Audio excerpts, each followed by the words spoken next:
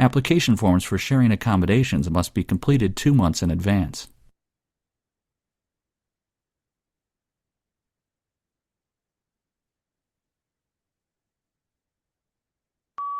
Testing, testing, 1, 2, 3.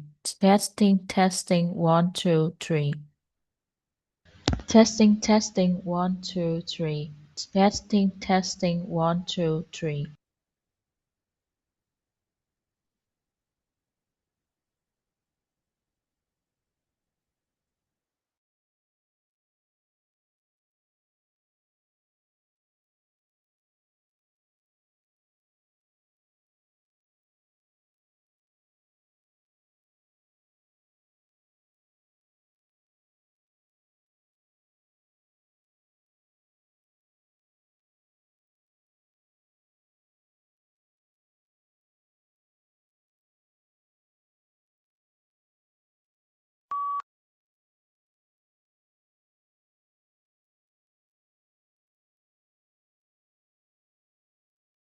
Hello, my name is Lily and I'm from Vietnam. I am 23 years old. Thanks for listening.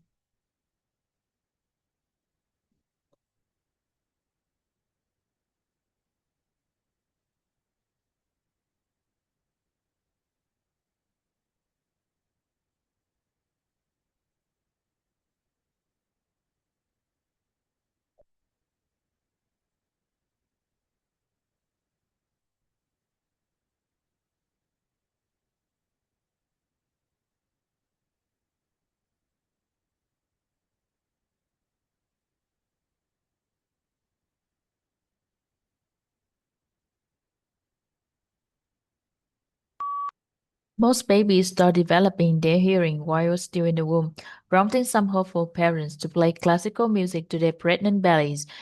Some research even suggests that infants are listening to adult speech as early as 10 weeks before birth, gathering the basic building blocks of their family's native tongue.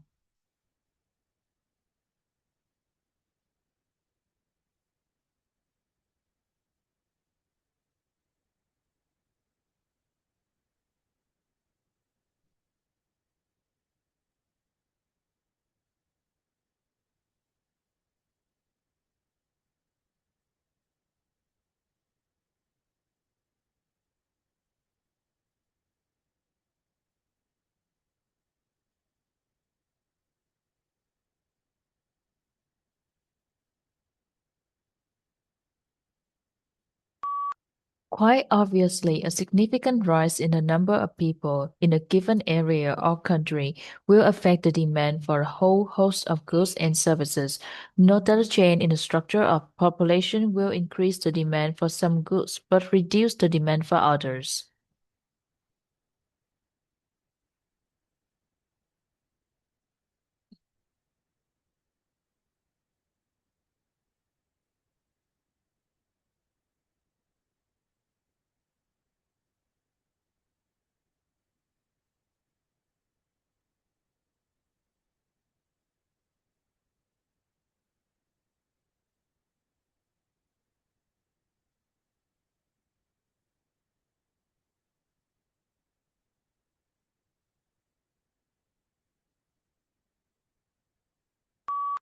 The researchers concluded that millions of people around the world may have inhabited a red zone between living and dying, in which they have had an out of body experience. People often wake up profoundly changed, no longer fearing death and resolve to live a better life.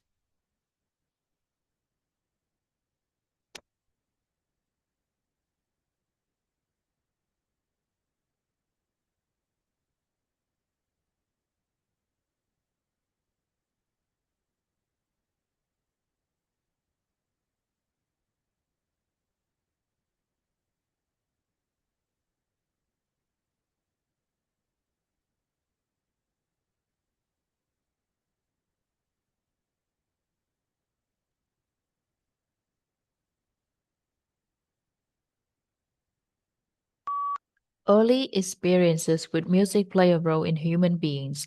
Most babies have perfect pitch, and this is usually reversed if they are given music lessons at an early age, speaking a tonal languages that Mandarin, where words can have different meanings depending on tone and speech, also help to develop perfect pitch.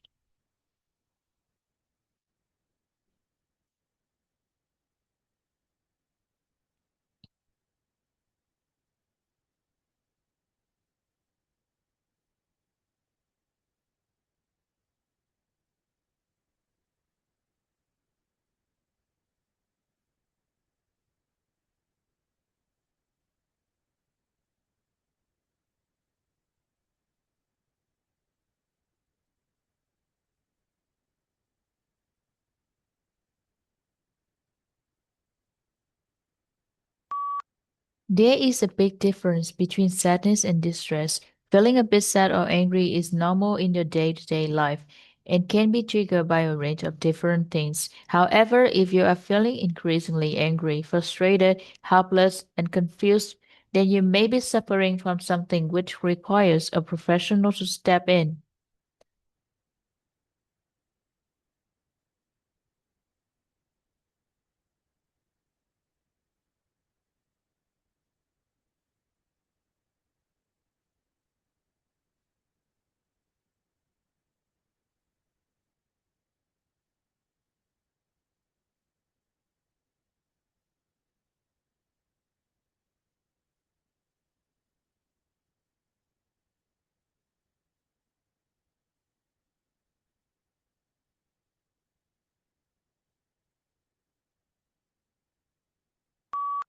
Building a personal library requires careful consideration and a discerning eye for selecting literary work that resonate with one's intellectual curiosity.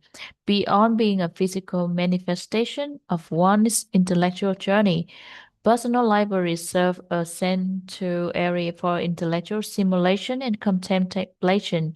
They often have a heaven for deep reading, critical thinking, and the exploration of new ideas. Please stop writing as soon as the teacher asks. Please stop writing as soon as the teacher asks. This lecture will discuss 3 different areas of digital technology. This lecture will discuss 3 different areas of digital technology. The public phone has been moved next to the coffee shop in the lobby. The public phone has moved to the coffee shop of the library. No. Email is fast and easy for talking in today's world. Emails is fast and easy in today's world. To know its beginning, just look at its past and history. To note at the beginning is talking about history and past. His art collection has lots of different kinds of art. His art collection had different kinds of art. Eating too much unhealthy fast food makes people sick often. Eating too much unhealthy fast food makes people often sick.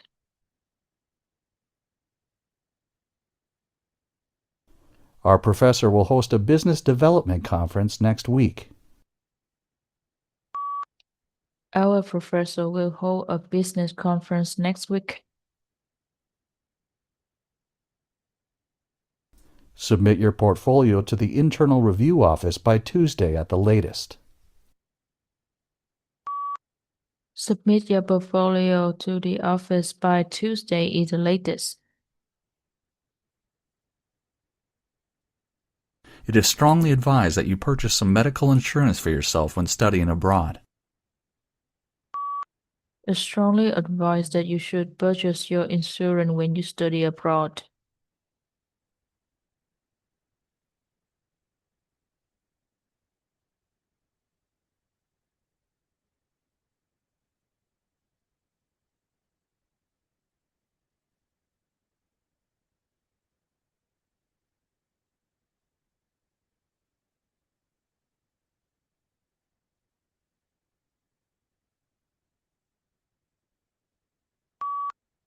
The picture talks about home ownership rate and unemployment rate. Overall, the number went up quickly, and there are many items, including the timeline between 1996 to 2011. From the pictures, the home ownership showed the highest number at 74%, and unemployment rate showed the lowest number at 4%. In conclusion, the picture is very informative. I think that's enough.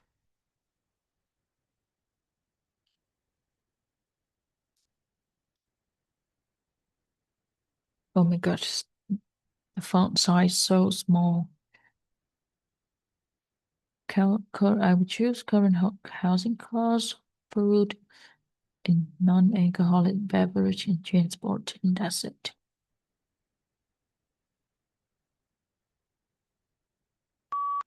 The picture talk about average weekly household spending on goods and services from 2015 and 2016. Overall, the number went up quickly, and there are many items including current housing costs, food and beverage, and transport. From the pictures, current housing costs show the highest number at over 250 units, and also transport show the lowest number at over 200 units. In conclusion, the picture is very informative. I think that's enough.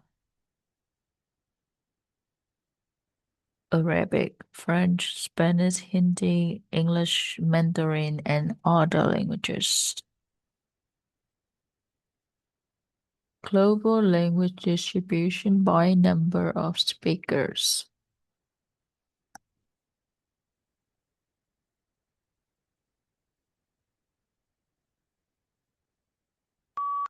The picture talks about global language distribution by number of speakers. Overall, the number went up quickly, and there are many items including Mandarin, English, and Hindi.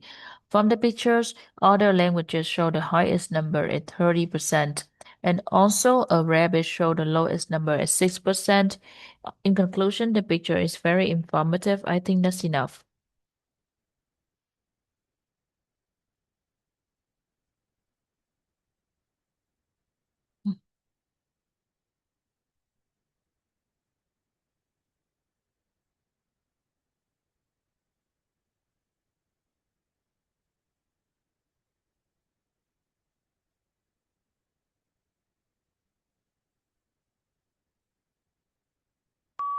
The picture shows an overview about collect and recycle process.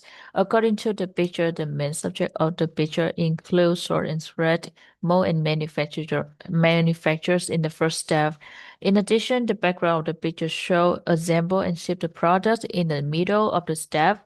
Moreover, the main part of the picture shows purchase and use in the final step. In conclusion, the picture is very informative. I think that's enough.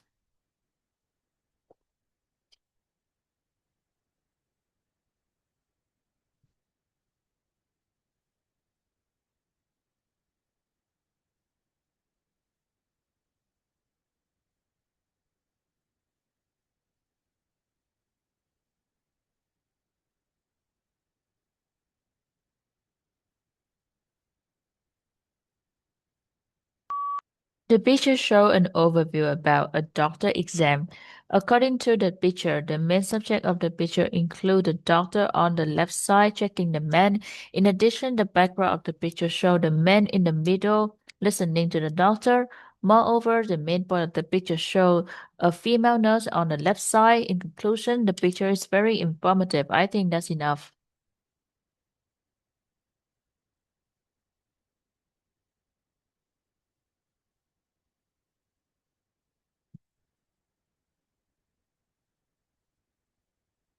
We can ask two fundamental questions about animal behaviour. They're referred to as proximate and ultimate.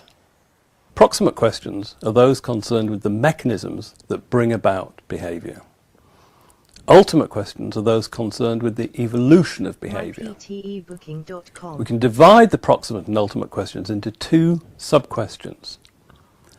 For proximate, how does the behaviour develop? And secondly, what causes the behaviour? For ultimate, we can ask, how did the behaviour evolve? And secondly, What is the adaptive significance of the behaviour? What's its purpose? My PTE booking. Together, these comprise what are called Tinbergen's 4 questions about animal behaviour. Nico Tinbergen was one of the founding fathers of the study of animal behaviour. These questions represent the different ways of studying animal behaviour. And understanding the difference between those 4 questions are fundamental to understanding behaviour and indeed the whole of biology. My PTE booking. How do we study animal behaviour? Well, that depends on the type of question we're hoping to answer.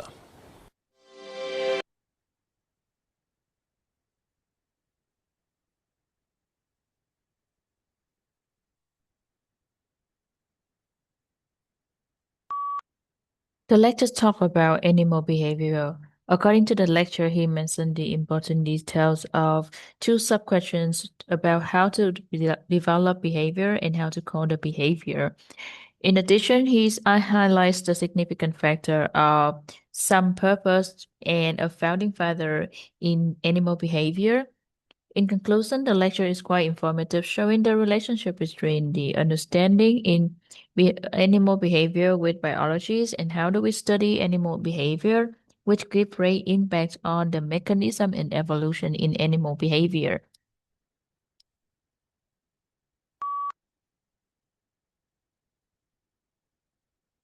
But if I were to ask you a similar question, what percentage of the population do you think is capable of truly mastering calculus, or understanding organic chemistry, or being able to contribute to cancer research? A lot of y'all might say, well, with a great education system, maybe 20, 30%. But what if that estimate is just based on your own experience in a non-mastery framework, your own experience with yourself or observing your peers, where you're being pushed at this set pace through classes, accumulating all these gaps. Even when you got the A, that 95%, what was that 5% that you missed? And it keeps accumulating all the way that you get to a more advanced class, and all of a sudden you hit a wall and you say, oh, I'm not meant to be a cancer researcher. I'm not meant to be a physicist. I'm not meant to be a mathematician. And I suspect that that actually is the case, but if you were allowed to be operating in a mastery framework, if you were allowed to really take agency over your learning, and when you get something wrong, embrace it, view that failure as a moment of learning, that number of the percent that could really master calculus or understand organic chemistry is actually a lot closer to 100%. And this isn't even just a nice to have. I think it's a social imperative.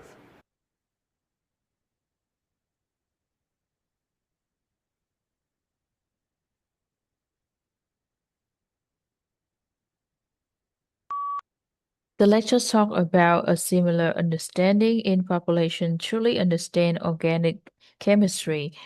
According to the lecture, he mentioned the important details of a rate education system with 30%. In addition, he also highlighted the significant factor of experience with yourself, but 5% of you will miss these details. In conclusion, the lecture is quite informative, showing the relationship between cancer researcher, physicists, and they should take agency in your learning to understand organic chemistry, which give great impact in social imperative. I think that's enough.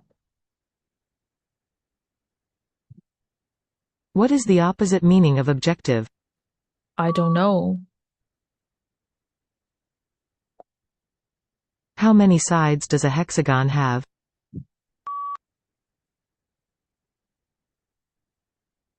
Where do we try on a piece of clothing in a cloth shop?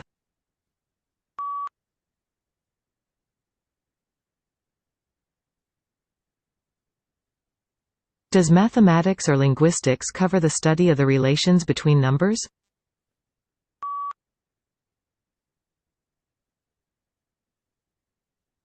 What is the name of the disease characterized by high levels of sugar in the blood?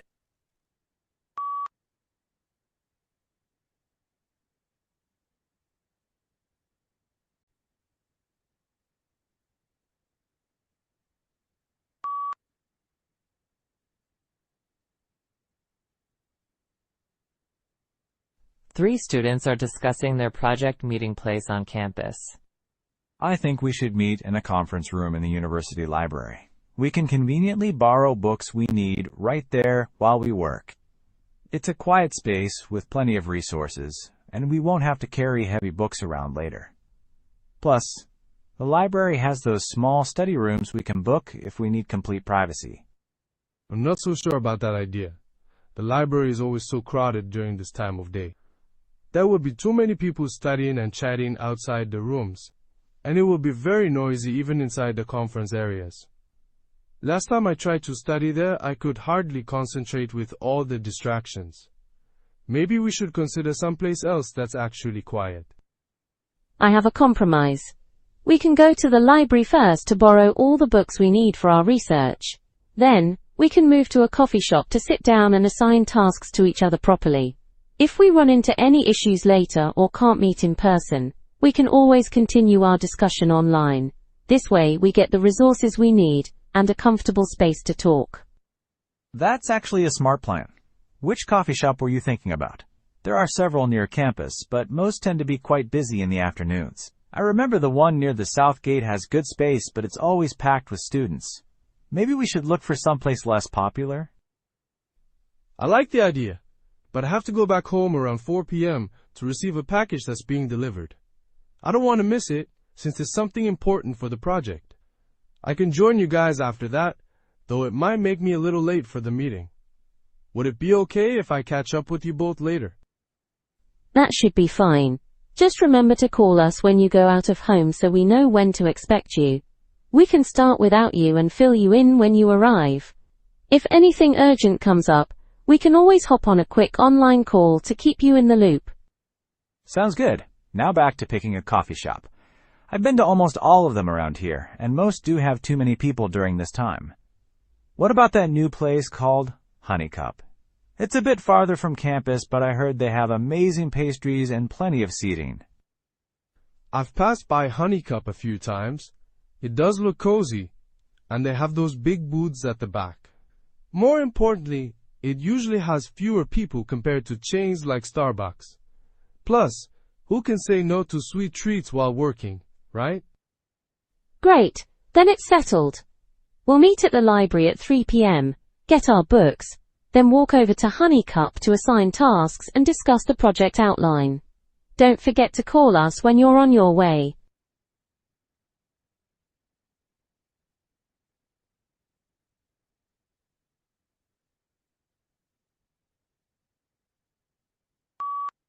There is a group of people talking about their project meeting place on campus. The first speaker mentioned some details like, I think we should meet in a conference room and it's a wide space and we can book if we need complete privacy. And I have a compromise. That's actually a smart plan. And which coffee shop? And there are several near campus and I remember one near the south gate. And sound good. And now back into picking a coffee shop, and I've been to most of them around here, and most do have too many and people. And there's a place called Honeycup and something far from campus, but I heard they have amazing pastry and something that they will see later. The second speaker also highlights some factors about the campus, and I'm not so sure about. It will be very noisy, and maybe we should consider. And that's actually a smart plan. And I have to go back home around 4 p.m. and I can join you guys after that. And I passed by Honeycup a few times, and who can say no to Swiss Street while working? And it's something important to the project. And I catch you up both later. Another speaker also shared a few ideas about rate, then it's settled, and then that should be fine. And when you go home and when you go out, and so we know when to expect you, and we can hop on a quick online call. And I have a compromise, and we can go to the library, and if we run into any issue later, we can meet in person, and we can always continue discuss online and feel you when you arrive if anything urgent comes up. In conclusion, the group conversation is very informative. I think that's enough. 3 teachers are discussing whether students are allowed to use cell smartphones in class. Honestly, I think it should be prohibited. Students are disturbed by texts sent from their friends. This phenomenon really bothers me. We should stipulate that they must switch off their phones during class. I don't like seeing my child playing on the phone during meals. but I think it's okay if only students use them for educational purposes. Smartphones can help those who are not good at English better understand what we teach. I would like my class to be lively, so I tell students to look up information on the phone during group discussions. But they must put it away after that. I don't like students using phones in class either. Obviously, they are very easy to get distracted. We should organize a free technology tutorial Tuesday to discourage them from the use of phones. The tutorial could teach them how to use educational apps responsibly, but more importantly, it would highlight the negative effects of constant multitasking on their concentration and grades. You can't ask them not to use it if teachers can't. Many teachers are glued to their own devices during lectures or breaks. This hypocrisy sends a mixed message. If we implement a policy, it must be across the board. Perhaps we could have a designated phone storage area for everyone at the start of each class to ensure compliance. That's a fair point. If we expect students to follow the rules, we should also adhere to them. Maybe a school-wide policy for both teachers and students would be more effective. I've seen classrooms where everyone deposits their phones in a caddy at the door. It creates an immediate shift in focus and engagement. It shows we are all part of the same learning community, with the same rules. I agree. Consistency is key. Let's propose a clear policy. Phones off and out of sight during class, unless specifically instructed for educational use. And teachers should commit to the same standard. That sounds reasonable. As long as we allow some flexibility for learning activities, I can support that. Education should evolve with technology, but not at the cost of focus and discipline. We could pilot this in a few classes first, gather feedback from students and teachers, and then refine the policy before rolling it out school-wide. Exactly. Balance is important. We want to embrace useful tools without letting them become a distraction. A pilot program is a great idea. It allows us to demonstrate the academic and social benefits of phone-free periods while addressing any practical concerns beforehand. Then it's settled. We need a clear, fair policy. Let's draft a proposal together for the next faculty meeting. I'll gather some research on improved student performance in phone-free schools to strengthen our argument. We need to show data to get everyone on board.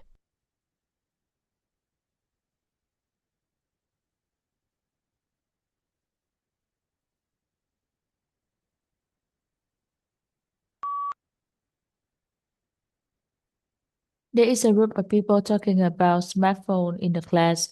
The first speaker mentioned some information about, I think it should be prohibited, and switch off their phone during class. And I don't see my child playing on the phone. And that's a fair point. And if we expect students to follow, and many school policy for both teacher and students should be more effective and focus and engagement, and we all are part of the same learning community, and exactly balance is important, and academic and social benefit of phone, and letting them become a distraction and a pilot program, and immediate shift in focus, and student will be more effective in the same learning community with the same rule. The second speaker also highlights some ideas about if only students use them for education purpose, and I would like my class to be lively and information on the phone during group discussion, and you can ask them not to use it. And many teachers are glued and send a mixed message, and it must be across the board. And we have everyone at the start is glad to ensure that, and that sounds reasonable, and flexibility for learning activity. And education should involve with technology and the cost of focus and discipline, and the policy before rolling in out school-wide. Another speaker also shared the details about, I don't like students using phones in class. Tutorial 2 days, and I would like highlight the negative effects and multitasking on their concentration and grades. And I agree, and let's propose a clear policy, and teachers should commit to the same standard. In conclusion, the group conversation is very informative.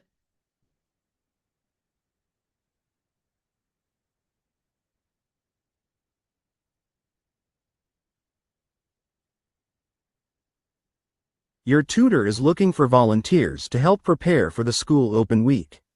You are interested in this position and want to tell him why you are suitable for it. What would you say to him?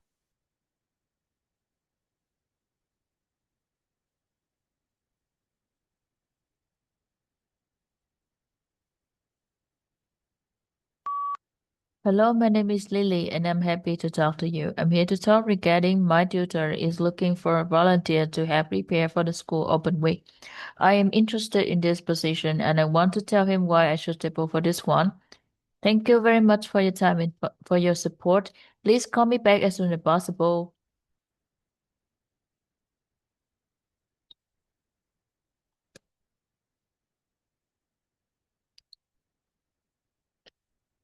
You left your jacket at the library and didn't realize it until you got home.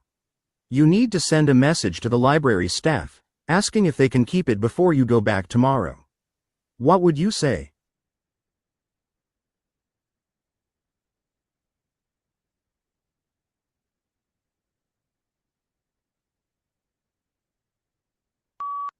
I left my jacket at the library and didn't realize it until I got home. I need to send a message to the library staff asking if they can keep it before I go back tomorrow. Thank you very much for your time and for your support. Please call me back as soon as possible. Thank you very much.